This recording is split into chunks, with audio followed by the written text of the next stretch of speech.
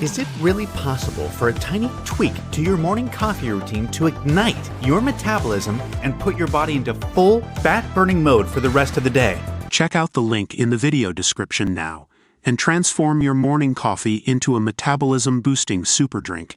On June 1st, New York City psychologist and author Sarah Mandel posted a video on social media that stunned even members of her own family.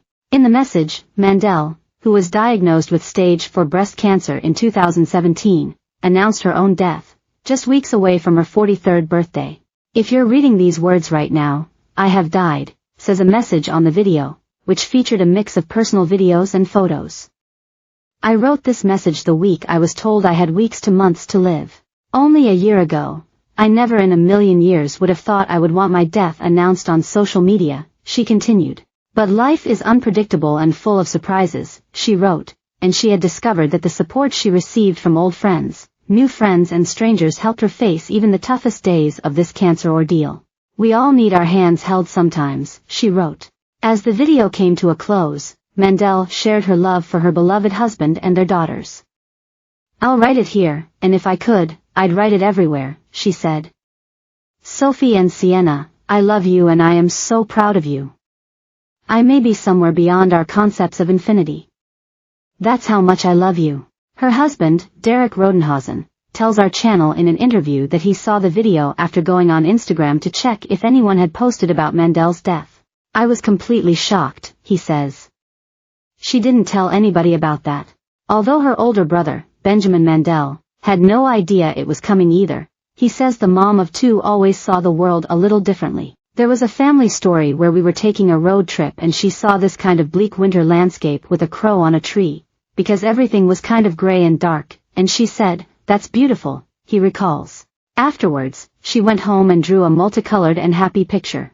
Sarah studied art at Bard College, where she met Rodenhausen, now 42, after studying abroad in Italy. The two married in 2010 and then welcomed daughters.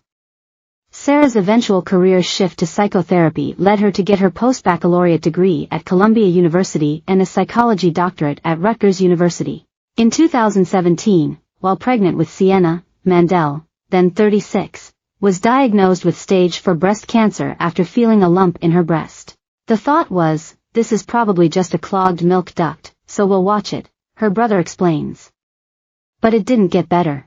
Right before her daughter's delivery, doctors ended up doing an ultrasound and a biopsy, and it turned out that she had cancer. Never miss a story. Sign up for our channel's free daily newsletter to stay up to date on the best of what our channel has to offer, from celebrity news to compelling human interest stories.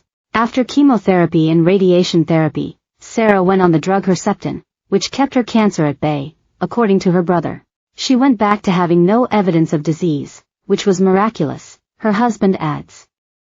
"Then we had a couple good years where she was in pretty good health again, but by 2021, Sarah began to have headaches.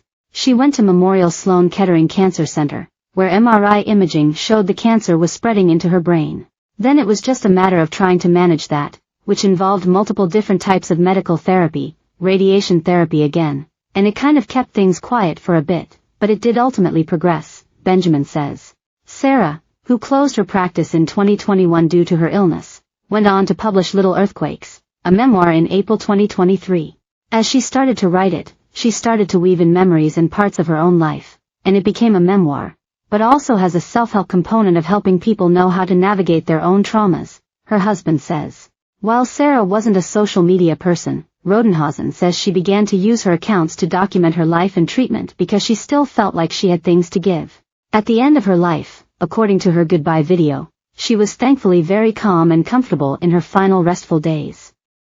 As throughout her life, she spent her final nights surrounded by love. She was cuddled up with her girls, Sienna and Sophie, just hours before she died. More than 1 million people have viewed her message on TikTok.